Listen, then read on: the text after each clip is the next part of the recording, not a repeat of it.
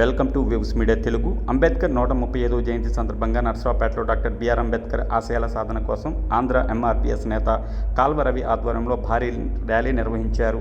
డప్పు కళాకారులతో నిర్వహించిన కార్యక్రమంలో అంబేద్కర్ చిత్రపటానికి భారత కరెన్సీ నోట్లపై ముద్రించాలని డిమాండ్ చేశారు. ఈ సందర్భంగా కాల్వ రవి మాట్లాడుతూ ఈ డిమాండ్ నెరవేరే వరకు పోరాటం కొనసాగిస్తామని తెలిపారు. అలాగే ఇప్పటికే నాణేలపై అంబేద్కర్ చిత్రపటం ముద్రించినందుకు కేంద్ర ప్రభుత్వం రిజర్వ్ బ్యాంక్ ఆఫ్ ఇండియా కృతజ్ఞతలు తెలిపారు. అంబేద్కర్ గారి జయంతి రోజు అంటే అణగారిన వర్గాలకి, దళిత పీడిత చేతులందరికీ కూడా పండగ రోజు. అందుకనే ఈరోజు మా విద్యార్థులు, మా చెల్లెళ్ళు ఎంతో ఉత్సాహంగా, ఎంతో ప్రేమతో అంబేద్కర్ గారి మీద ఉన్నటువంటి అభిమానాన్ని చాటుకుంటూ ఎంతో గొప్పగా వీళ్ళు డాన్స్ విన్యాసాలు చేసుకుంటూ ఆటపాటలతో ఇక్కడ ఉన్నటువంటి అంబేద్కర్ గారి విగ్రహం ముందు అంబేద్కర్ గారు మాకు ఏమి ఇచ్చారు అనేది 2 మాటల్లో వీళ్ళు చెప్పారు. నిజంగా అంబేద్కర్ గారు చనిపోలేదు. ఇలాంటి విద్యార్థుల్లో ఎప్పటికీ చిరస్మరణీయుడిగా ఉంటాడు. ఆయన బ్రతికే ఉండడం, మా అందరిలో బ్రతికే ఉన్నాడని చెప్పని కోరుకుంటూ, ముఖ్యంగా 2 విషయాలు మేము తెలియజేస్తా ఉన్నాం. ఇక్కడికి వచ్చేసిన విద్యార్థులు అందరికీ నేను పేరు పేరున ధన్యవాదాలు.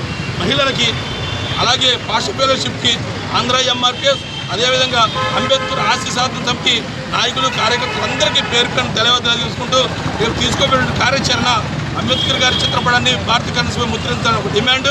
అదేవిధంగా ఎస్సీలకి 15% నుంచి 30% రిజర్వేషన్ పెంచాలని చెప్పిన దాని మీద చేయబోతున్న పోరాటానికి అందరూ, ఈ రాష్ట్రంలో, దేశంలో ఉండబడే ఎస్సీ సంఘాలందరూ ఆధ్వర్యంలో భారీ ర్యాలీ నిర్వహించడం జరిగింది. అంబేద్కర్ గారి జయంతిని పురస్కరించుకొని మేము 2 డిమాండ్లు చేస్తూ ఉన్నాం. 15 సంవత్సరాల నుండి అంబేద్కర్ గారి చిత్రపటాన్ని భారత కరెన్సీ నోట్లపై ముద్రించాలని మేము డిమాండ్ చేశాం. దాని ప్రతిఫలంగా 10 రూపాయల కాయిన్ పైన, 125 రూపాయల కాయిన్ పైన ఆర్బీఐ ముద్రించడం జరిగింది. అందుకు కేంద్ర ప్రభుత్వానికి, ఆర్బీఐకి మేము ధన్యవాదాలు తెలియజేస్తా ఉన్నాం. రెండోది, కరెన్సీ నోట్ల మీద కూడా అంబేద్కర్ గారి బొమ్మ రావాలి. అది వచ్చే వరకు మా ఈ పోరాటం ఆగదు. రాష్ట్ర కేంద్ర ప్రభుత్వాలు, అదేవిధంగా ప్రతిపక్షాలు కూడా, దేశంలో ఎన్ని రాజకీయ పార్టీలు అయితే ఉన్నాయో అన్ని రాజకీయ పార్టీలు కూడా అంబేద్కర్ గారికి జయంతి వర్ధంతికి దండలేయడం కాకుండా, ఆయన నిత్యం జనాల హృదయాల్లో ఉండాలంటే నిత్యావసర వస్తువు అయినటువంటి కరెన్సీపై అంబేద్కర్ గారి చిత్రపటం ముద్రించాలని చెప్పి మేము డిమాండ్ చేస్తా ఉన్నాం. రెండవది,